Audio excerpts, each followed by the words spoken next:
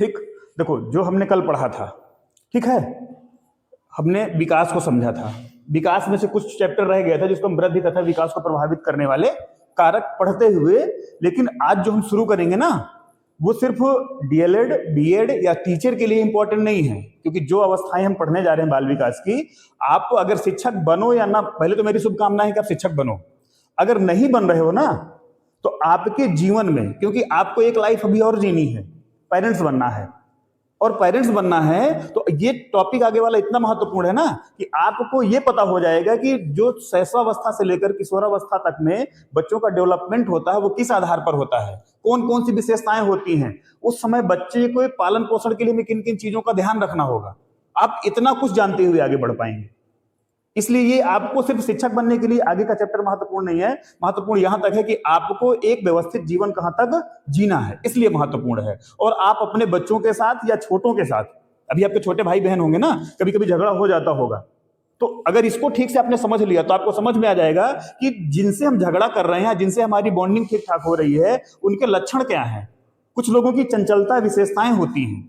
अब शैशवावस्था के जो लक्षण है, बाल्यावस्था के जो लक्षण है, किशोरावस्था के लक्षण है, अगर हम उसके विपरीत कार्य करेंगे तो स्वाभाविक सी बात है टकराव होने वाला है।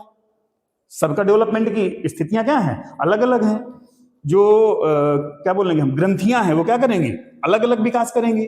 लड़के और लड़कियों की सोच क्या होगी, अलग अलग होगी, दोनों का विकास अलग अलग होगा। अब हम इसको थोड़ा सा विस्तार पूर्वक ध्यान देंगे, ठीक है। तो आप लोग थोड़ा सा ध्यान देना, अगर नहीं समझ में आए तो पूछो, नहीं, अगर यहाँ जैसे बैठ के मन में नहीं समझ में आ रहा कि नहीं पूछ पा रहे हैं, तो जब वीडियो देखो उसमें कमेंट करके पूछो सर ये क्वेश्चन क्या है, ठीक है। मैं सारे प्रश्न का उत्तर आपको मिलेगा। अगर वीडियो में कमेंट करोगे तो वीडियो में मिलेगा, क्लास में पूछोगे तो क्लास में मिलेगा। मान लो बताते समय क्लास में नहीं पूछ पा रहे हो तो बाद में वीडियो देखो, तब उस समय क्या करो, पूछ लो कि सर इस क्वेश्चन का मतलब क्या होगा, ठीक है। अब इसी को जब हम पढ़ें, इसको थोड़ा सा देख लेते हैं, फिर इसमें थोड़ा सा बात करते हैं, ठीक है। अगर हम बात करें कि जो वृद्धि और विकास है, दोनों को प्रभावित करने वाले कौन कौन से कारक होंगे, ठीक है। वृद्धि आप लोगों ने समझ ही लिया है। वृद्धि से तात्पर्य क्या है, जिसको हम प्रत्यक्ष रूप से देख सकते हैं, छू सकते हैं, पकड़ सकते हैं, उठा सकते हैं, तौल सकते हैं, आसानी से सारी चीजें हो सकती हैं, बदली जा सकती हैं, उसे हम क्या बोलते हैं, वृद्धि। और जो विकास है वो हमें दिखाई नहीं देता, एक कार्य प्रोसेसिंग होती है जिसमें, है ना, जिसमें मजबूती कह सकते हैं हम। कोई आपके सामने एक अजनबी व्यक्ति आके खड़ा हो जाए, गोरा है, चिट्टा है, लंबा है, चौड़ा है, देखने में आकर्षक है, क्या वो आपसे बात नहीं करे, कोई कार्य नहीं करे, तो क्या आप अनुमान लगा पाओगे कि अगला व्यक्ति की स्वभाव क्या है, उसका नेचर क्या है, उसके बारे में कुछ जान पाओगे? वो जान तब पाओगे जब वो क्या करेगा, कोई क्रिया करेगा। तो किसी व्यक्ति, किसी वस्तु में, किसी व्यक्ति में कितना डेवलपमेंट है, आप तब तक नहीं जान पाओगे जब तक कोई कोई क्रिया नहीं करेगा। तो विकास की पता हमें तब चलती है जब कोई क्रिया होती है। जैसे फोन ही है, आपने देख लिया बड़ा अच्छा है, ये गोल्डन कलर का है, सुनहरे कलर का है, और काम करने की बारी है, नेटवर्क ही नहीं पकड़ पा रहा है, तो बोलोगे कि फोन बड़ा अच्छा है। प्रोसेसिंग अगर नहीं है, विकास नहीं है, वृद्धि तो देख लिया। अब चाइना वाला मोबाइल देखते इतना बड़ा होता है, आईफोन इतना बड़ा होता है, होता है ना। अब दोनों की कार्य करने की क्षमता देखो, एक में कार्य करने की क्षमता बहुत है, उसमें विकास ज्यादा है, एक में वृद्धि ज्यादा है, विकास कम है, ठीक है। तो अब इसमें देखिए किसको प्रभावित कौन कौन से कारक करेंगे। तो पहला क्या है, वंशानुक्रम, बीज जिसको हम बोले, माता और पिता, जिसमें हम गुणसूत्र बोले। गुणसूत्र की संख्या कितनी है, 23 जोड़े, 46। उसके आधार पर मतलब पिता के रंग में, माता के रंग में, उनके व्यवहार में, चाल ढाल में, शारीरिक आकार में जो परिवर्तन लक्षण आपको मिले वो क्या है, वंशानुक्रम है। दूसरा पौष्टिक भोजन, पोषाहार। अगला शुद्ध हवा तथा प्रकाश। अगला है यौन विभेद, मतलब लड़कों में और लड़कियों में दोनों क्या होते हैं, अलग अलग ढंग से चलते हैं। बुद्धि, इंटेलिजेंस। अंतःस्रावी ग्रंथियां, जो जैसे हम बात करें, दो ग्रंथियों का नाम लें, इलेक्ट्रा और ऑडिपस। लड़कियों में कौन सी होती है, इलेक्ट्रा, अपने पिता के प्रति प्रेम। लड़कों में कौन सी होती है, ऑडिपस, अपनी माता के प्रति प्रेम। तो सबका विकास क्या होता है, अलग अलग ढंग से चलता है, एक साथ चलने वाला नहीं है। फिर रोग तथा चोट, अगर कोई बचपन से ही कोई रोग हो गया, गर्भ से ही कोई रोग हो गया, या तो जन्म लेने के समय कोई चोट लग गई या बाद में कोई चोट लग गई, उसी ढंग से तो क्या होगा, डेवलपमेंट होगा। अगला है पारिवारिक स्थितियां। आ रहे हो, घर में ज्यों ही निकले, पता चला कि मम्मी और पापा में भयंकर द्वंद्व हो गया, तो क्या क्लास में पढ़ने में मन लगेगा? क्योंकि दिमाग में क्या चल रहा होगा, जैसी परिस्थितियां होंगी वैसे ही आप क्या करोगे, आपका डेवलपमेंट होगा। जैसे भी मैं पूछूं कितने लोगों ने अपने हाथ में आईफोन छुआ है, कुछ लोगों ने छुआ होगा जिनके घर की परिस्थितियां ठीक होंगी, अब कुछ लोग होंगे नहीं छुआ होगा जिनको परिस्थितियां ठीक नहीं होंगी। परिस्थितियां तय करती हैं कि आपका विकास कहां तक होगा। ठीक है। और अगला क्या है? संस्कृति, कल्चर जिसको बोलेंगे। कल्चर से तात्पर्य है कि जो आप सुबह से शाम तक करते चले आ रहे हैं, अब आपकी आदतें कैसी हैं, आपको सिखाया कैसे गया है। ठीक है। तो ये क्या करते हैं? वृद्धि और विकास को प्रभावित करती है। अब यहां से हम शुरू करेंगे अगला और सबसे महत्वपूर्ण चैप्टर, जो हम विकास पढ़ेंगे। अब हम पढ़े यहां से, जब हम पढ़ेंगे ना कि बाल विकास, तो बाल विकास की जो 3 अवस्थाएं हैं, कितने? पहली है शैशवावस्था, दूसरी है बाल्यावस्था और तीसरी है किशोरावस्था। अब क्या हम सिर्फ जानेंगे कि बाल्यावस्था किसे कहते हैं, शैशवावस्था किसे कहते हैं, किशोरावस्था किसे कहते हैं? अब इसमें विकास भी अलग अलग ढंग से होता है। अगर शैशवावस्था की बात करें हम, तो इसमें विकास, अभी ये तो सर पहले हम शैशवावस्था का परिचय देखेंगे, इसमें कहते क्या किसे हैं, इसमें विशेषताएं कौन सी होती हैं, लेकिन इसमें फिर विकास किस ढंग से होता है उसको आप लोगों ने जो आयाम पढ़े ना, डायमेंशंस, जैसा पहला पढ़ेंगे शारीरिक विकास। कौन सा पढ़ेंगे? शारीरिक विकास। तो शारीरिक में अब क्या पढ़ेंगे? पहला आएगा भार, लंबाई, आप इस ढंग से पढ़ेंगे। ठीक है। फिर उसी उम्र में संवेगात्मक विकास कैसे हो रहा है, सामाजिक विकास कैसे हो रहा है, नैतिक विकास कैसे हो रहा है, एक ही उम्र में। अब इसमें भी इतना ही नहीं, फिर इसमें भी पढ़ना है कि शारीरिक विकास जो 2 है ना, एक बॉयज और दूसरा गर्ल्स, एक लड़का और एक लड़की, दोनों में कैसे शारीरिक विकास हो रहा है। अब जैसे हमने कल बात की थी, आपको बताया था कि बच्चे का जन्म के समय जो लंबाई होती है या ऊंचाई होती है वो कितनी होती है? 20 इंच होती है। क्या लड़के और लड़की में सेम होती है? दोनों में क्या होती है? अलग अलग होती है। वजन दोनों का अलग अलग होता है। ठीक है। तो इसको भी हम, अगर आप चाहोगे तो मैं विस्तार से फिर ये भी बताऊंगा कि शारीरिक विकास में जो सारे आयाम है वो किस ढंग से चल रहे हैं। ठीक है। तो एक ही वीडियो में पूरा होने वाला नहीं है, क्योंकि जब हम भार पढ़ेंगे तो सभी अवस्थाओं का पढ़ेंगे, शैशवावस्था का, बाल्यावस्था का, किशोरावस्था का। फिर मानसिक विकास पढ़ेंगे तो शैशवावस्था, बाल्यावस्था, किशोरावस्था। नैतिक विकास पढ़ेंगे तो शैशवावस्था, बाल्यावस्था, किशोरावस्था। अभी तो पहले हम जाने ना कि किसके बारे में बात करें, अभी तो हम पहले अवस्थाएं समझ लें। ठीक है। तो हम इसमें थोड़ा समझते हैं विस्तार से अवस्थाएं, और उस अवस्था की क्या क्या विशेषताएं होती हैं, और विशेषताएं जानने के बाद उन्हीं विशेषताओं को क्या करेंगे? विस्तार से समझेंगे। ठीक है। अब इसमें से हम बात करें अगर शैशवावस्था की, पहली, ये जन्म के बाद की पहली अवस्था होती है। इसी समय बच्चा निर्भर हो, दूसरे के ऊपर निर्भर रहता है। ठीक है। तो जन्म के बाद की पहली अवस्था होती है जब बच्चा जन्म लेता है, 0 साल से हम कह सकते हैं। तो बात करें कि यहां पर जब बच्चे की उम्र है वो कहां से कहां तक का बच्चा आता है? 0 से 6 साल का बच्चा होता है। ठीक है। शैशवावस्था की उम्र मानी गई 0 से 6 साल।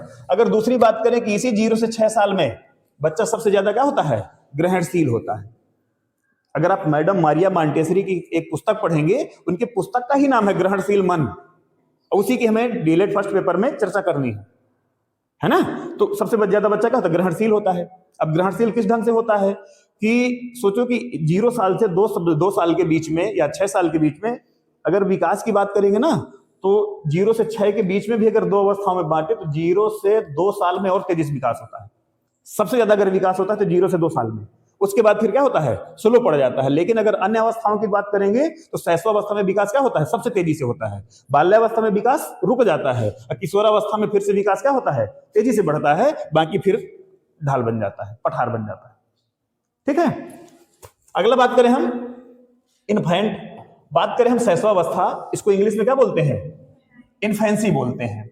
तो जो ये इन्फेंसी शब्द है ये इंग्लिश में बोलते हैं, ये लैटिन भाषा के इन्फेंट शब्द का, लैटिन जो इन्फेंसी है वो लैटिन भाषा के कौन से शब्द? इन्फेंट से बना है। और वो इन्फेंट भी 2 शब्द, एक इन और दूसरा फरी, दोनों से मिलाकर के बना है। इन्फेंट इन और फरी से मिलाकर के बना है।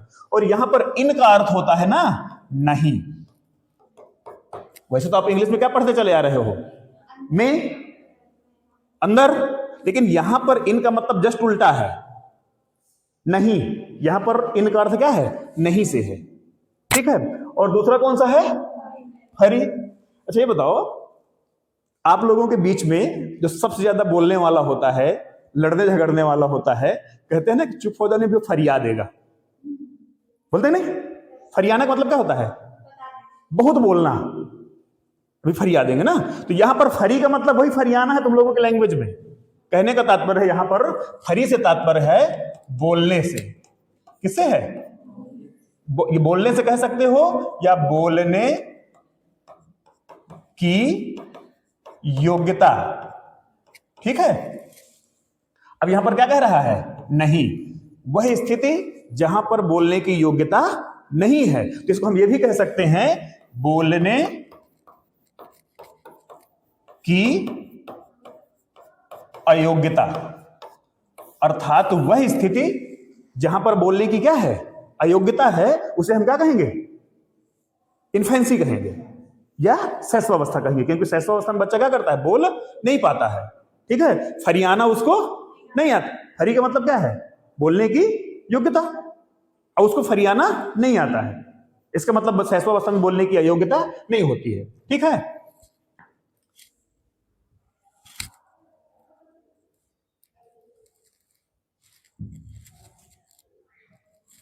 ठीक। अब बात करें, बच्चा जब जन्म लेता है तो उस समय उसकी जो ऊंचाई होती है वो कितनी होती है?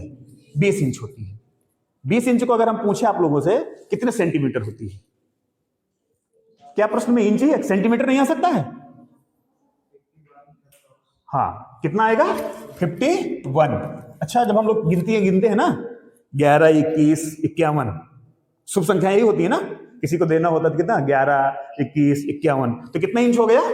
51। 51 सेंटीमीटर उस समय बच्चा होता है, 20 इंच। इसी में भी अंतर होता है। ठीक है। ऐसा माना जाता है कि आधा इंच लगभग बालक बालिका से क्या होता है? लंबा होता है। जब हम शैशवावस्था में शारीरिक विकास पढ़ेंगे ना, और शारीरिक विकास में ऊंचाई पढ़ रहे होंगे, तब ज्यादा विस्तार से पढ़ेंगे कि उस समय ऊंचाई क्या होती है, वजन क्या होती है, कितनी उम्र में वजन तेजी से बढ़ता है। ठीक है। तो उसमें फिर और विस्तार से पढ़ेंगे। अगर हम बात करें कि उस समय जो वजन होता है वो 7 से 8 पाउंड होता है। पाउंड जिसको बोलते हैं POUND, पाउंड भी बोलते हैं। ये कहीं कहीं पर पाउंड भी मिलेगा और कहीं कहीं पर पाउंड भी मिलेगा। अब इसमें से बात करें हम कि 1 पाउंड में कितने किलोग्राम या कितना ग्राम बनेगा, ये भी समस्यात्मक है। अगर इधर कह भी रहा है कि जब बच्चा जन्म लेता है स्वस्थ बच्चा तो 3 से 4 किलो के बीच में होता है।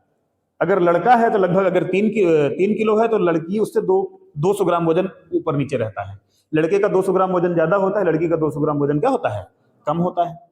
ठीक है। तो अब इसको अगर हम बात करें पाउंड, अच्छा आप लोग पाउंड को पता करना, अगर किसी को पता है, अब पता करके क्या करना? कमेंट करना। ठीक, कितना होता है। ठीक है। फिर अगर हम बात करें उस समय शैशवावस्था में जो दांत होते हैं वो कितने होते हैं? 20 होते हैं। 0 से 2 साल के बीच में दांत निकल आते हैं, और उनकी पूरी संख्या कितनी होती है? 20 होती है शैशवावस्था में। इसीलिए उनको दूध के दांत बोलते हैं। दूध के दांत बोलते हैं। दूध के दांतों की संख्या कितनी होती है? 20 होती है। ठीक है। और बात करें जो हड्डियों की संख्या होती है वो 270 से 300 होती है। अच्छा, 270 से 300 उस समय होती है, तो जो जो बच्चा बड़ा होता है तो हड्डियां बढ़नी चाहिए कि घटनी चाहिए? कहते हैं कि प्रौढ़ावस्था में मनुष्य की हड्डियां 206 हैं, और शैशवावस्था में मनुष्य की हड्डियां 270 से 300 के बीच में हैं। हड्डियां भी 2 प्रकार की होती हैं, पता है कि नहीं? नहीं पता है? हड्डियों की एक क्लास ले लें। 206 हड्डियां, और हड्डियां कितने प्रकार की होती हैं? हड्डियों में एक अस्थि होती है, दूसरी उपास्थि होती है। एक को बोन बोलते हैं, दूसरे को कार्टिलेज बोलते हैं। मुर्गा खाते हो ना? मुर्गा में लेग पीस के साथ कुछ मजबूत सी हड्डी होती है जिसको चबा के खा जाते हो। कान में ये क्या है? अरे ये कार्टिलेज है। नाक में ये क्या है? कार्टिलेज है। हड्डी तो है लेकिन कौन सी? उपास्थि है, जो नरम होती है। ठीक है। तो हड्डियों के 6 क्लास ले लेंगे। ठीक है। 206 हड्डियां कौन कौन सी हैं एक सांस में बता देंगे, आप सबके दिमाग में रट जाएगी कि चेहरे में कितनी है, हाथ में कितनी है, कमर में कितनी है, ये जो हमारा ढांचा है कितना है। ठीक है। जब यहां से यहां चलेंगे कितनी हड्डियां होंगी, यहां से कितनी होंगी, पंजे में कितनी होंगी, एक क्लास ले लेंगे। ठीक है। अब कहा गया कि जो 3 से 6 वर्ष का काल है, अब ध्यान देना थोड़ा सा, जो ये बोलने की अयोग्यता थी ना वो 0 से 2 साल या 3 साल तक ही थी। 3 साल के बाद बच्चा क्या करता है? बोलने लग जाता है, वो फरियाने लगता है, वो फिर ज्यादा प्रश्न पूछने लगता है। ठीक है, हाँ 3 साल के बाद से। ठीक है, तो फिर उसके बाद अब ये जो 0 से 3 साल है, कहीं पर इसको ना प्री स्कूल स्टेज भी कहा जाता है, पूर्व स्कूल। ये उस समय की बात है जब 3 साल के बच्चे को और स्कूल में, किंडरगार्टन, प्ले स्कूल में लोग क्या करते हैं? जमा करवा देते हैं। हालांकि बच्चों को, हमारी सरकारी जो व्यवस्था है वो 0 से 6 साल के बाद जब स्कूल शुरू हो, 6 साल के बाद ही स्कूल में भेजना चाहिए। लेकिन अभी जब किसी को मैं स्कूल भेजते देखता हूं ना, तो मेरे मन में एक ही बात आती है कि जैसे एक किसान कच्ची फसल को कार्बेट लगाकर पका करके दुकान बेचना चाहता है, तो वैसे ही आजकल के पेरेंट्स है कि कच्ची फसल को जबरदस्ती मार कर पीट कर घसीट कर स्कूल में जमा करवा के उनको क्या करते हैं? पकाना चाहते हैं। स्थितियां हैं कि नहीं है? इसी उम्र को क्या कहा जाता है? अर्ध स्वप्नों में रहना।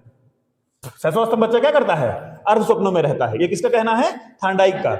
इस शैशवावस्था को ही क्या कहा जाता है? सीखने का आदर्श काल कहा जाता है। ठीक है, ये किसने कहा है? वैलेंटाइन ने कहा है कि शैशवावस्था को सीखने का आदर्श काल। और इसी में फ्रायड की एक परिभाषा आपने सुना होगा कि बच्चे को जो कुछ भी बनना होता है वो शुरू के 4-5 वर्षों में बन जाता है, बस आगे उसका विकास होता है और उसमें दिशा दी जाती है। क्योंकि अगर बच्चे को, अब सोचो कि 0 से 5 साल में ही सब कुछ बच्चा सीखता है, बोलना, चलना, उठना, बैठना, खाना, पीना। अगर सोचो 5 साल तक बच्चे को ये नहीं आया, उठना, बैठना, चलना, बोलना, तो क्या उसको आप स्कूल भेजेंगे? आप उसको स्कूल भेजने के बजाय आप डॉक्टर के पास ट्रीटमेंट करवा रहे होंगे, है ना? तो जितनी बेसिक चीजें आप क्या करते हैं? शैशवावस्था में सीखते हैं, इनमें विकास हो रहा होता है।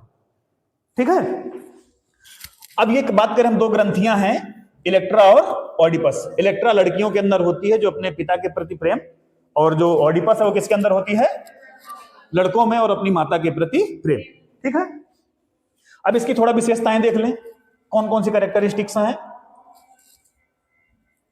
अगर हम बात करें, पहली विशेषता कौन सी? शारीरिक विकास। भाई मैंने कल भी कहा था आपसे कि अगर हार्डवेयर है तभी सॉफ्टवेयर होगा, एक्टिवेट होगा। बिना हार्डवेयर के सॉफ्टवेयर होने वाला नहीं है। तो पहले हम क्या देखें? शरीर हमारा क्या है? हार्डवेयर ही तो है।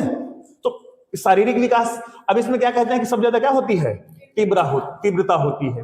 अच्छा, कैसे होती है? बात करें ही, जब बच्चा जन्म लेता है तो उसका वजन 3 किलो लगभग मानते हैं, 3 से 4 किलो।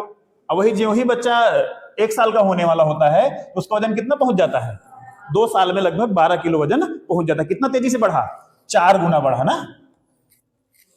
अब सोचो, यही अगर 4 गुना हर 2 साल में आपका वजन बढ़ने लगे तो क्या आज आप 65, 70, 55 किलो के होते? अपनी उम्र से जोड़ लो।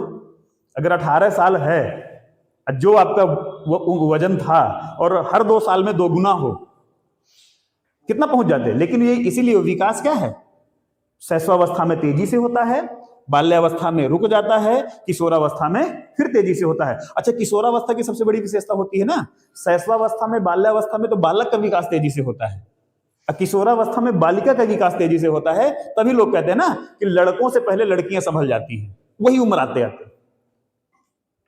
क्यों? क्योंकि किशोरावस्था में विकास लड़कियों का क्या होता है? तेजी से भाग जाता है।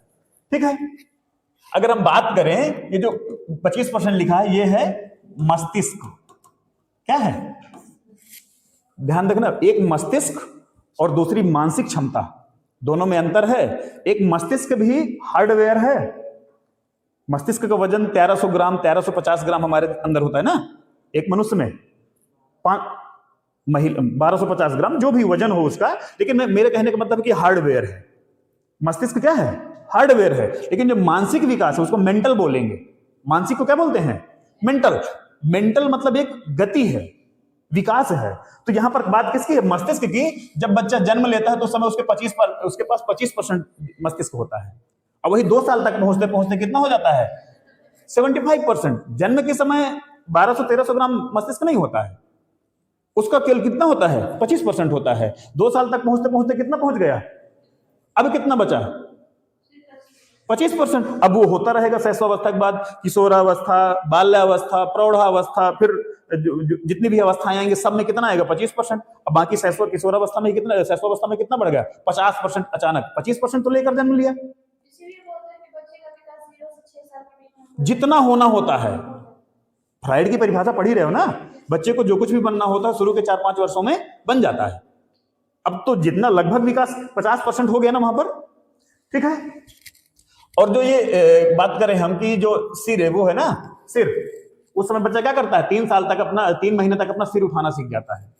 3 महीने में अपनी गर्दन पर क्या कर लेता है, कंट्रोल कर लेता है। 6 महीने में बैठना सीख जाता है। 9 महीने में घुटनों के बल चलना, 12 महीने में स्वतंत्र रूप से चलना, और 18 महीने तक दौड़ना और सीढ़ियां चढ़ने लगता है। ये उस समय शारीरिक विकास होता है।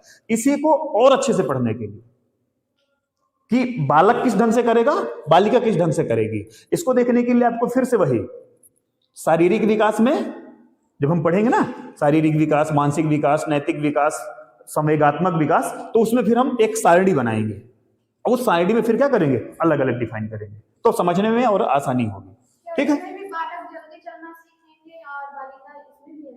शैशवावस्था में, हाँ बिल्कुल। ये ध्यान रखना, ये जितनी एज लिखी हुई है ना, 6, 9 महीना, 12 महीना, 18 महीना, ये सबके साथ नहीं होगा। सबका विकास ये एक अनुमानित आयु होती है। जरूरी नहीं कि सब 6 महीने में, 9 महीने में सीखें। जो भी विकास हो, बोलना आप लोग अभी देखते होंगे, कुछ लोग अभी भी तोतले होंगे बुजुर्ग होने पर भी, तो क्या कहेंगे उसका भाषाई विकास हो गया इस उम्र में?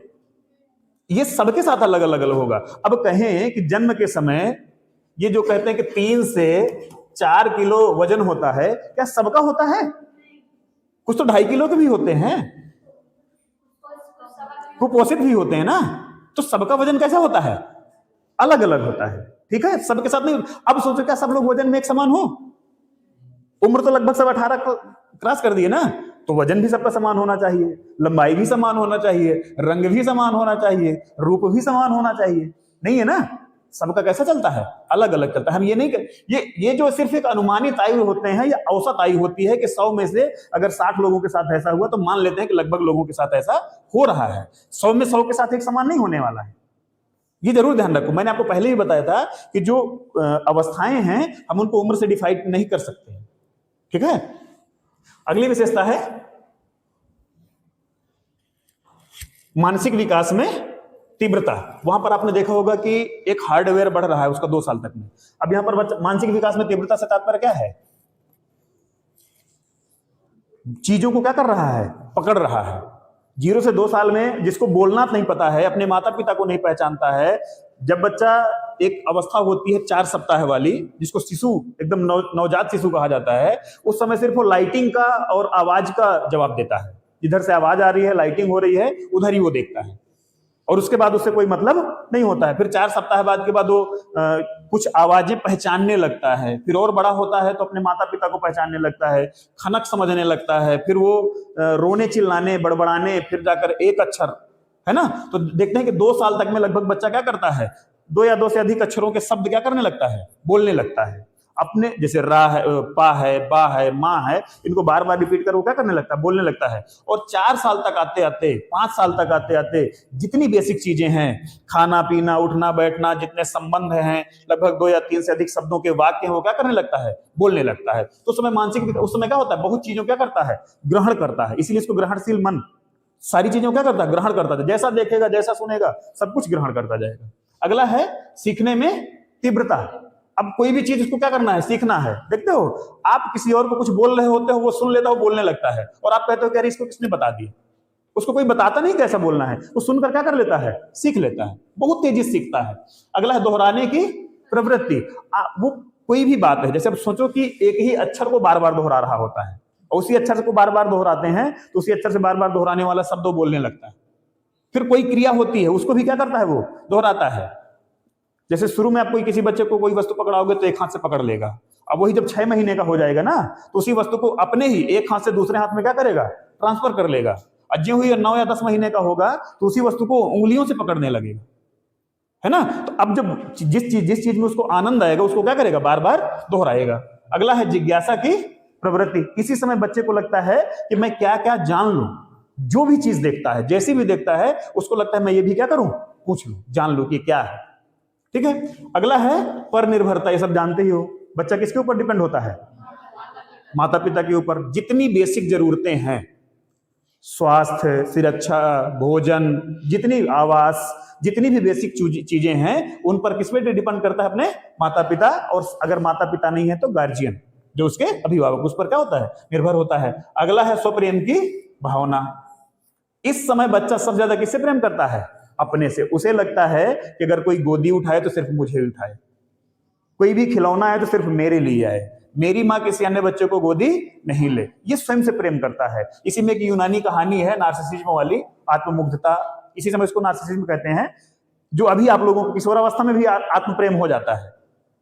ज्यों ही किशोरावस्था शुरू होता है तो लड़का या लड़की शीशे के सामने अपना ज्यादा समय गुजारता है, एक एक कील मुहासा फोड़ फोड़ करके कैसे सही होगा, और वो बढ़ता भी है। ये तो नार्सिसिज्म उस समय भी होता है जिस समय आपको लगने लगता है ना इतनी सुंदर हूं मैं क्या करूं, ये उस समय की अवस्था है। ठीक है, तो नार्सिसिज्म यहां भी हावी होता है और नार्सिसिज्म वहां भी हावी होता है।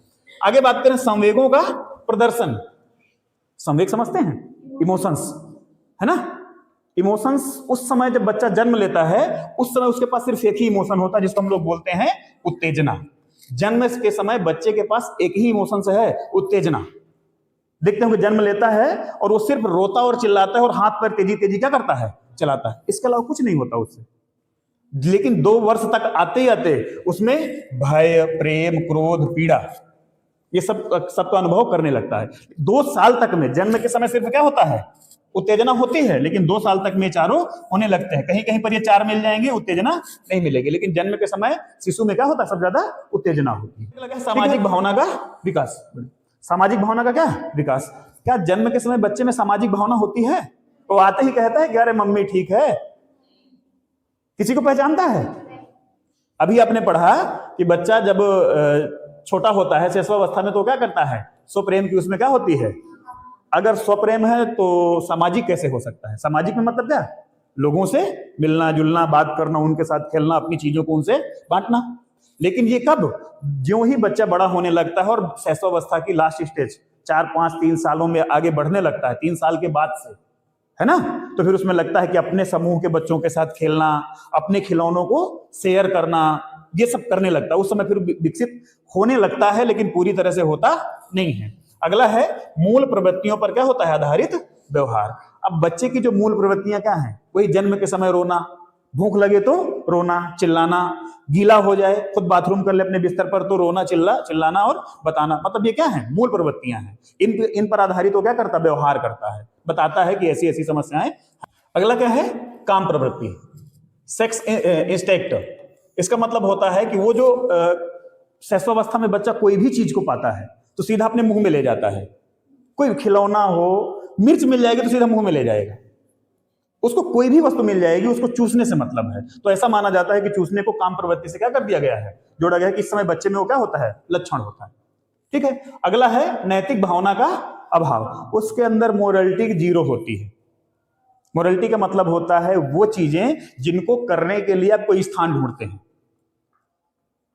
इस उम्र में कोई भी कार्य करना है तो देखते हैं ना कि कोई देख रहा हो तो नहीं करें, नहीं देख रहा हो तो करें। उस समय इसको पता नहीं होता है।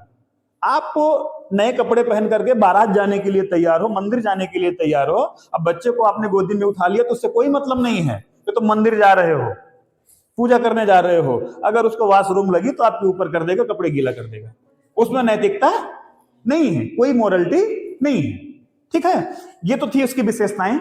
अब अगर ऐसी विशेषताओं वाला बच्चा है और आपको मिल गया, और आपके, स्वाभाविक सी बात है, सबका सामना किससे होगा? बच्चों से होगा। स्कूल में मिले या ना मिले, घर में तो मिलेंगे ही मिलेंगे। मैं इसीलिए कह रहा था ये क्लास आपके लिए उतना ही जरूरी है जितना आप एक शिक्षक बने या ना बने, पेरेंट्स बनने के लिए उतना ही जरूरी है कि आपको पता होना चाहिए। अब जब अगर आपके घर में ऐसे बच्चे हैं तो उनकी आप शिक्षा की व्यवस्था कैसे करेंगे? भाई सिखाना है ना कि अगर मान लो कि आपने अपने बच्चे को गोदी में उठा लिया और उसने वही नैतिक भावना के अभाव में आपके ऊपर वॉशरूम कर दिया, क्या आप फेंक दोगे? अरे इसको इतनी भी समझ नहीं है कि पापा लिए हैं, इसको इतनी भी समझ नहीं कि अरे फूफा जी लिए हैं, नहीं बोलोगे ना, क्योंकि आपको पता होना चाहिए कि इस समय बच्चे में नैतिकता का क्या होता है? अभाव होता है। अब इसी उम्र के 2 साल के बच्चे से आप 1 गिलास पानी मांगोगे तो क्या करेगा? ऐसे पकड़ के गिलास लेके आएगा और वही चिल्ला के तुम्हारे अंदर मोरलिटी बिल्कुल भी नहीं है, यही सीखे हो। तो जब पता है कि इस उम्र में बच्चे को कुछ पता नैतिकता का क्या है? अभाव है, तो वहां चिल्लाना नहीं है। जिज्ञासा की प्रवृत्ति है, बार बार तुमसे प्रश्न पूछेगा और तुम काम धाम से आए और बच्चा प्रश्न पूछने लगे, तुम चिल्लाने लगोगे। इसीलिए ज्यादा जरूरी है कि आपको पता होना चाहिए कि बच्चे का क्या स्वभाव है, बच्चे की क्या विशेषताएं हैं, उसी आधार पर हमें क्या करना है, उसके शिक्षा की व्यवस्था करनी है। अब वो क्या शिक्षा की व्यवस्था करेंगे? पहला रहेगा कि उसको क्या तैयार करना है, उचित वातावरण देना है कि बच्चे का विकास ठीक से हो सके, पालन पोषण ठीक से करना है, माहौल पूरा ठीक रखना है, उसके सामने ठीक से पेश आना है ना। एक माहौल तैयार करेंगे कि बच्चे का डेवलपमेंट कैसा हो, उसका पालन पोषण ठीक से करना है, उसके साथ जो व्यवहार करना है वो कैसे करना है, प्रेम पूर्वक, चिल्लाना झगड़ना नहीं है, डांटना नहीं है, दंड नहीं देना है, पीड़ा नहीं पहुंचानी है। अगला क्या है, उसकी जिज्ञासा की संतुष्टि करनी है। अगर आपसे बार बार प्रश्न पूछ रहा है तो आपको उसको उत्तर देना है, उसको डांटना नहीं है कि अगर तुम बार बार यही पूछते हो, चुप रहा करो, जब देखो तब पटर पटर बोलते रहते हो। अगर ऐसा बोलोगे तो कुछ दिनों में उसके अंदर जो जिज्ञासाएं आएंगी, आपसे प्रश्न पूछने के लिए क्या करेगा, वो डरेगा, और उसके अंदर की जो भावनाएं होंगी, जिज्ञासाएं, जानने की इच्छाएं होंगी, वो क्या करेंगी, दब जाएंगी। अगला क्या कहता है, सामाजिक भावना का विकास करवाना है। जो ही बच्चा बड़ा होगा तो आपको बताना है, अपना खिलौना शेयर कर दो। देखो उसी समय जब 1.5 साल का 2 साल का बच्चा होता है, हाथ में चॉकलेट लिए होता है, कोई दूसरा आकर मांगता है कि मुझे भी दे दो, तो घर वाले जरूर कहते हैं दे दो, लेकिन बच्चा फिर भी नहीं दे रहा होता है।